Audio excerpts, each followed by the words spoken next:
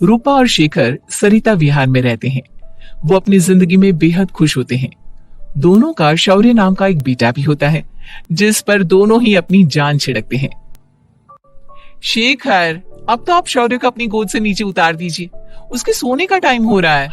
नहीं रूपा, इसे मेरे पास ही रहने दो प्लीज। मैं थोड़ी देर में इसे बिस्तर में सुला दूंगा।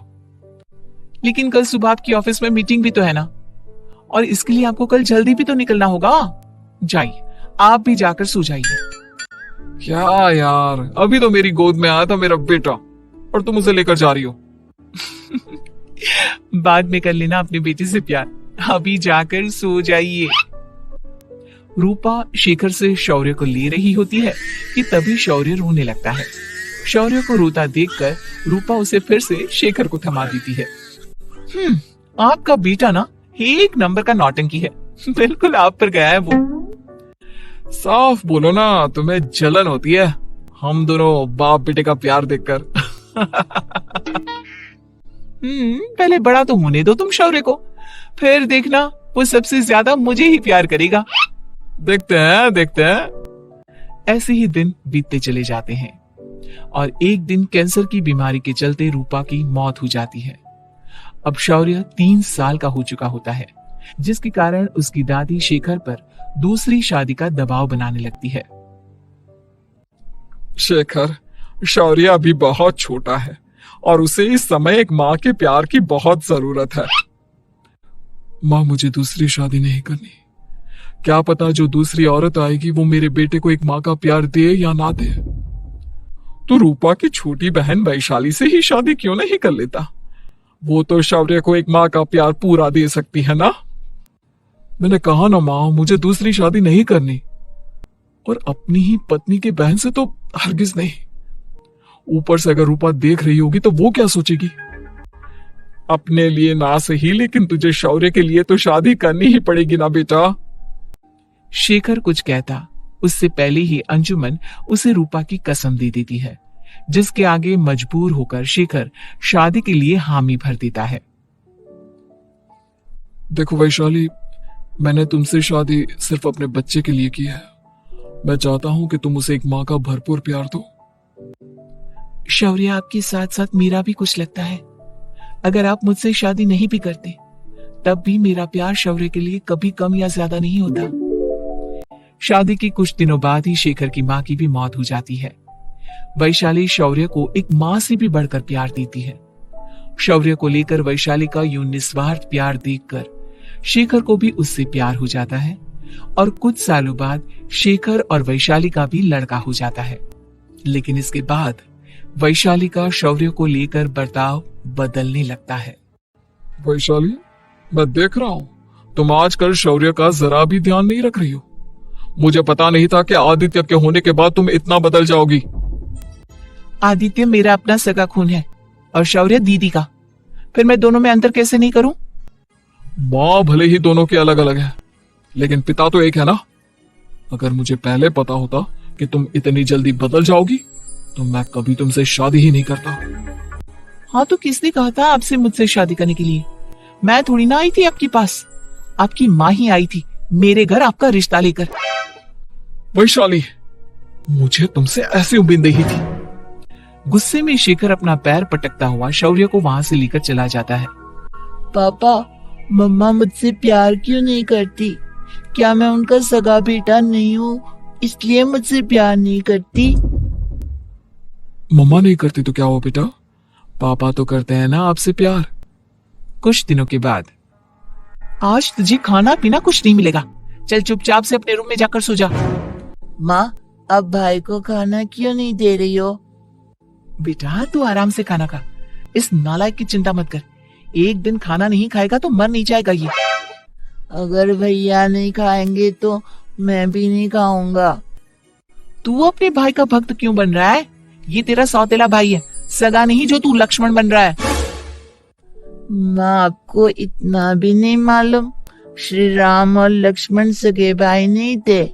श्री राम माता कौशल्या और लक्ष्मण माता सुमित्रा की कोख से जन्मे थे। दोनों की सिर्फ पिता एक थे, लेकिन माँ अलग थी। मुझे ज्यादा ज्ञान देने की जरूरत नहीं है, ये सतयुग और त्रेता युग नहीं है, समझे? आया बड़ा भाई का चमचा। इतना कहकर वैशाली वहां से चली जाती है, जिसके कुछ टाइम बाद शिखर वहां आता है और आदित्य उसे सारी बात बताता है। मुझे माफ कर दो शौर्य, तुम्हारी माँ के जाने के बाद मुझे दूसरी शादी का फैसला करना ही नहीं चाहिए था। अगर मैं दूसरी शादी नहीं करता तो शायद आज तुम्हारी ये हालत ना होती। नहीं पापा, अगर आप शादी नहीं करते तो मुझे आदित्य जैसा छोटा भाई कभी नहीं मिलता। थैंक यू मुझे इतना अच्छा भाई देने के लिए। तुम दोनों हमेशा ऐसे ही साथ रहना, फिर कोई भी तुम दोनों का कुछ नहीं बिगाड़ पाएगा। चलो मैं तुम दोनों को आइसक्रीम खिला कर लाता हूँ, बहुत भूख लग रही है ना। शिखर शौर्य और आदित्य को आइसक्रीम दिलाने लेकर जाता है।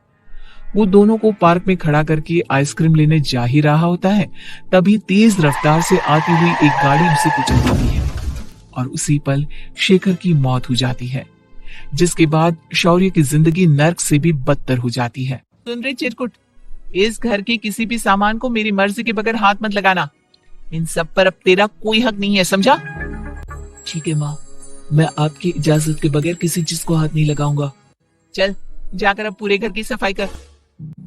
महज 7 साल का शौर्य वैशाली के कहने पर अपने नन्हे नन्हे हाथों से पूरे घर की सफाई करने लगता है। ऐसे ही दिन बीतने लगते हैं, लेकिन मासी से मां बनी वैशाली को उस मासूम से बच्चे पर जरा भी तरस नहीं आता। क्यों शौर्य, ये घर में इतनी गंदगी कैसे हो रही है? ढंग से सफाई नहीं की है क्या तूने? माँ मैंने तो अच्छे से सफाई की थी, लेकिन आदित्य बार बार इधर उधर चलकर गंदा कर देता है। अच्छा, खुद से एक काम ढंग से नहीं होता और अपनी गलतियों का जिम्मेदार मेरे बेटे को ठहराता है। इतना कहकर वैशाली बांस का डंडा उठाकर शौर्य को जोर जोर से मारने लगती है। तभी वहां वैशाली के मायके वाले भी आ जाते हैं और उसकी सारी करतूतें देख लेते हैं। माँ मैं ऐसा क्या करूं जिससे आप मुझे भी आदित्य के जितना प्यार करोगी? बोलिए ना माँ, मेरे क्या करने से आपके अंदर मेरे लिए ममता जागेगी? वैशाली शौर्य की एक नहीं सुनती, उसके ऊपर डंडे बरसाती जाती है।